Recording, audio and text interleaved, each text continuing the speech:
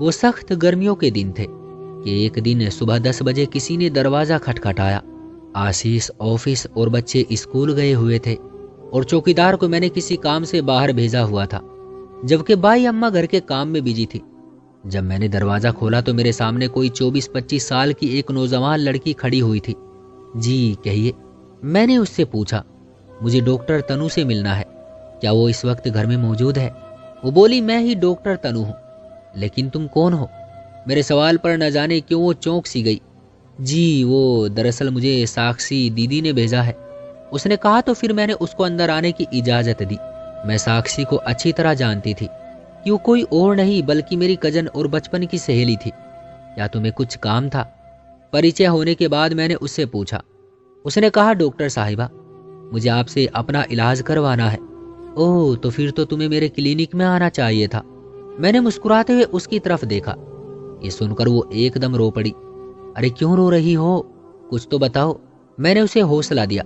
Doctor साहिबा, दरअसल बात यह है कि मुझे अपना बच्चा गिराना है। उसकी सिसकियों के बीच में मैं बोली। क्या? मैं एकदम चीखी। मुझे हैरत का झटका सा लगा कि औरतें तो माँ बनने की दुआएं करती है, लेकिन ये कैसी खुदगर्ज औरत है जो खुद ही अपनी गोद को उजाड़ना चाहती है। प्लीज डॉक्टर साहिबा, आप मेरी मदद करें। उसके शब्दों में बड़ी आस थी। देखो, तुम पागल मत बनो। आखिर ऐसी कौन सी मजबूरी है कि तुम अबॉर्शन करवाना चाहती हो? मैंने उसे समझाने की कोशिश की, लेकिन वो मेरे आगे हाथ जोड़कर गिड़गिड़ाने लगी। देखो, तुम ना ही मेरे आगे अपने हाथ जोड़ो और ना ही मेरे पांव पकड़ो। मैं ये गंदा काम किसी भी सूरत में नहीं कर सकती। मैंने उसे साफ इनकार कर दिया। डॉक्टर साहिबा, मैं जानती हूँ कि कोई माँ अपने बच्चे की दुश्मन हरगिज नहीं हो सकती, लेकिन मैं क्या करूँ? मैं नहीं चाहती कि मेरा बच्चा कल को मेरे नक्शे कदम पर चले। ये कहकर वो जोरों कतार से रोने लगी। क्या क्या मतलब है तुम्हारा? मैं उसकी बात सुनकर बुरी तरह चौंकी। वो लगातार रोई जा रही थी। देखो, तुम पहले अपना रोना धोना बंद करो और मुझे पूरी बात बताओ कि तुम अपना बच्चा क्यों गिराना चाहती हो। मैंने बड़ी मोहब्बत और अपनायत से उसे कहा। मेरी बातों से उसने हौसला पकड़ा। फिर उसने मुझे अपनी आप बीती कुछ यूं सुनाई। 1.5 साल पहले मैं दुल्हन के रूप में राजेश के घर आई थी। हमारी शादी बड़ी धूमधाम से हुई थी। हमारे घर का माहौल बहुत शांत था। मैं, मेरे अलावा राजेश के मम्मी पापा और उसका इकलौता भाई रजनीश था। ससुर और सास तो मुझे अपनी बेटी समझते थे और मैंने भी उन्हें कभी बेटी ना होने की कमी महसूस ना होने दी। रजनीश तो भाभी भाभी कहते थकता नहीं था। मैं भी उसका बेहद ख्याल रखती थी। वो मुझे अपने छोटे भाइयों की तरह प्यारा था और राजेश मुझ पर जान छिड़कता था। वो बेपनाह मोहब्बत करने वाला पति साबित हुआ। उसने तो जैसे मुझे अपनी पलकों पर बैठाए रखा था। वो परदेश में किसी फैक्ट्री में अच्छे ओहदे पर था।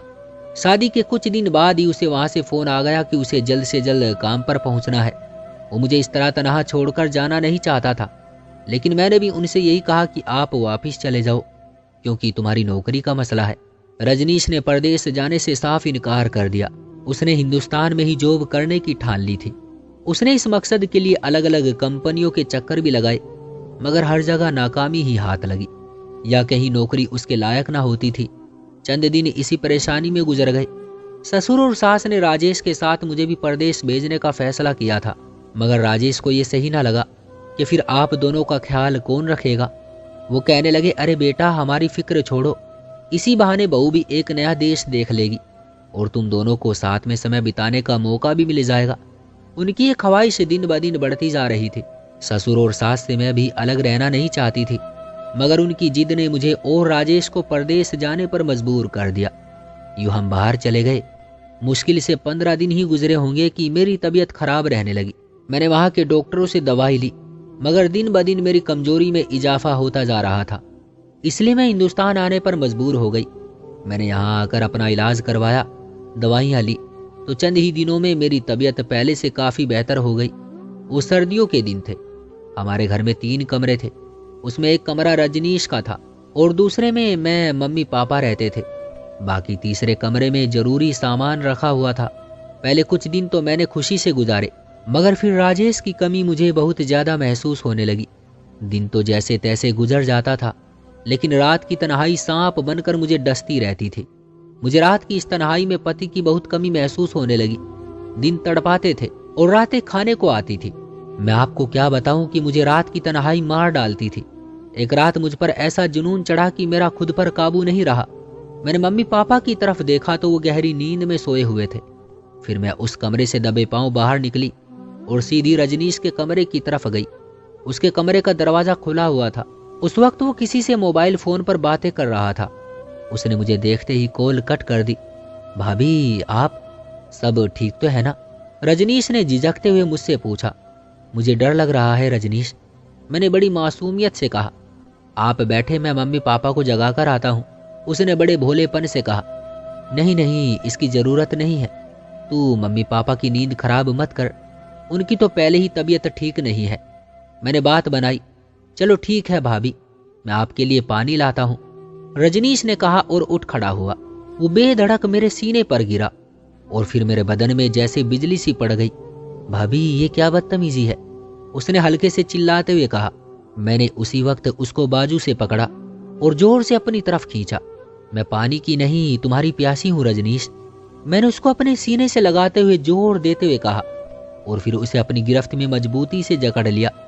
भाभी, मैं अपने भाई को कैसे मुंह दिखाऊंगा, उसने सख्त हैरत से कहा। तो मैंने उससे कहा, रजनीश, तुम तो एक मजदूर हो, इसलिए मजदूरी करो, बाकी का मालिक तो तुम्हारा भाई ही है। मैंने उसके सर को सहलाते हुए प्यार से कहा, क्योंकि वो अभी तक मेरे बाजुओं की जंजीर में कैद था। नहीं नहीं भाभी, आपको शर्म आनी चाहिए, मैं आपके भाई जैसा देवर हूँ। अरे बेवकूफ, मैं खुद तुम्हारे पास चलकर आई हूँ, अगर मैं वापस चली गई तो तुम पछतावे की आग में जलते रहोगे। मैं अब उसके बालों में उंगलियां फेरने लगी थी। आखिर वो मेरी जिद के आगे हार ही गया और फिर हमने शर्म हया की सारी हदें पार कर दी थी। और फिर उस दिन के बाद तो ये हमारा रोज का काम हो गया था। आधी रात के बाद मैं बाकी रात रजनीश के बेड पर गुजारती थी और सुबह होने से पहले मैं अपने कमरे में चली जाती थी। पर हमें जरा सी भी शर्मिंदगी नहीं हुई थी, क्योंकि हमारी रातें बहुत रंगीन गुजर रही थी। अब हमारा एक दूसरे के बगैर रहना दुश्वार होता जा रहा था। एक दिन रजनीश ने अपनी ख्वाहिश जाहिर की कि वो मुझसे शादी करना चाहता है और वो अब मेरे बगैर एक पल भी नहीं रह सकता, क्योंकि अब उसे मेरे साथ रहने की आदत पड़ चुकी थी। ये कैसे मुमकिन है कि मैं तुमसे शादी कर लूं? मैंने तड़प कर पूछा। आप बड़े भैया से तलाक ले ले, फिर हम ये घर छोड़कर ऐसी जगह चले जाएंगे जहां हमारा कोई अपना ना होगा, उसने जैसे अंतिम फैसले जैसे अंदाज में कहा। ये सच है कि मैं भी उसको अब बहुत चाहने लगी थी। वो भी मेरे दिल के पाताल में उतर गया था। मैं तो उसे सिर्फ इसलिए टूटकर चाहती थी कि वो मेरे जिस्म की ख्वाहिश पूरी करता था। वो रातों को मेरे लिए बेचैन रहता था। जब मैं उसके पास जाती थी तब जाकर उसे सुकून मिलता था। मैं भी उस शैतान से मिलकर खुशी से फूले नहीं समाती थी और मेरी तरफ उसका दिन प्रतिदिन लगाव बढ़ता जा रहा था। उस पर हमें जरा सी भी शर्म नहीं आती थी। हम दिन को देवर भाभी बने रहते थे ताकि कोई हमारे झूठे चेहरे के भाव न पड़ ले, और रात रोजाना अपने नियम के मुताबिक गुजारते थे। फिर मुझ पर एक दिन ये राज खुला कि मैं माँ बनने वाली हूँ। औरत का सबसे बड़ा खुशी का दिन वो होता है जब वो माँ बनती है या उसे माँ बनने का एहसास होता है। मगर जब मुझे ये एहसास हुआ कि मैं भी तो माँ बनने वाली हूँ तो इस दिन मैं बहुत रोई। फिर मैंने अपना पूरा चेकअप करवाया तो डॉक्टर की रिपोर्ट के अनुसार मुझे बताया गया कि मेरी बेटी होगी।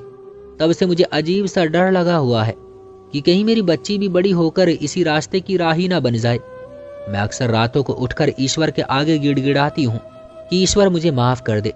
मैंने अब रजनीश से भी मिलना छोड़ दिया है। प्लीज डॉक्टर साहिबा, आप मेरी मदद करें, मैं आपका ये एहसान जिंदगी भर नहीं भूलूंगी। वो मुझे अपनी आप बीती सुनाकर फूट फूट कर रोने लगी। मेरी मिन्नतें करती रही। तुम साक्षी को कैसे जानती हो? मैंने उससे पूछा। साक्षी दीदी मेरी पड़ोसन है और हमारे बीच गहरी दोस्ती भी है। हम दिल की हर बात एक दूसरे से शेयर कर लेती हैं। जब मैंने अपना बच्चा गिराने की बात की तो उसने इस उम्मीद के साथ आपकी तरफ भेजा है कि आप मेरी मदद जरूर करेंगी। ये कहकर उसकी आंखों से आंसू की बरसात जारी हो गई। मैं खामोश हो गई और सोचों के समंदर में डूब गई कि इसकी मदद करके मैं एक मासूम बच्ची की कातिल न बन जाऊं।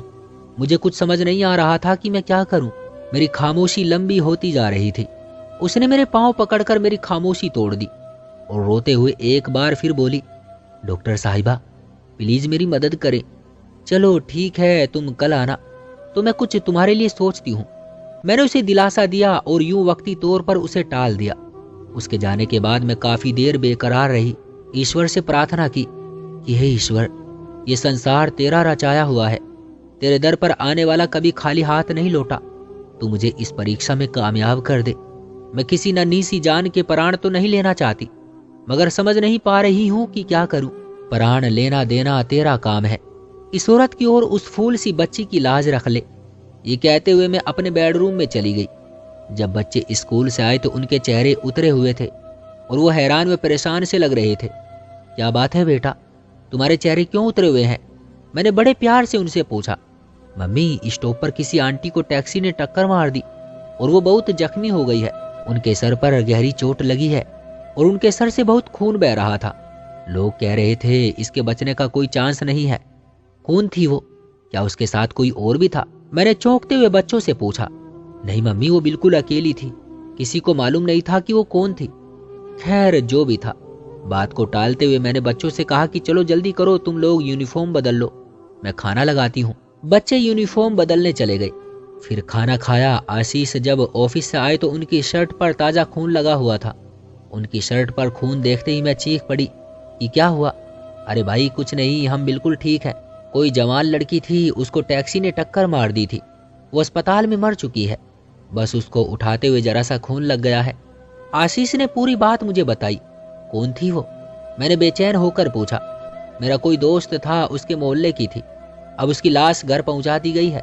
आशीष ने शर्ट उतारते हुए कहा। रोजाना की तरह जब आशीष फ्रेश हो गए तो फिर हमने साथ खाना खाया और टीवी ऑन किया। एक न्यूज चैनल के एंकर ने बताया कि शीतल, वाइफ ऑफ राजेश, को बाजार से घर की तरफ वापसी पर एक कार ने टक्कर मार दी। लोगों ने उसे अस्पताल पहुंचाया, मगर वो जख्मों को बर्दाश्त न कर सकी और वो जिंदगी से मुंह मोड़ गई। उसकी पहचान हो गई है और उसकी लाश अब उसके परिवार वालों के हवाले कर दी गई है। हे प्रभु, तेरा बहुत बहुत धन्यवाद है। मैंने दिल ही दिल में सोचा कि मुझे इस कठिन परीक्षा से छुटकारा मिल गया। क्यों दोस्तों, आपने क्या सीखा है इस कहानी से? कमेंट बॉक्स में हमें जरूर बताइएगा और वीडियो को लाइक कर दीजिएगा। चैनल को सब्सक्राइब कर लीजिए। मुझे दीजिए अगली वीडियो तक इजाजत। तब तक के लिए धन्यवाद।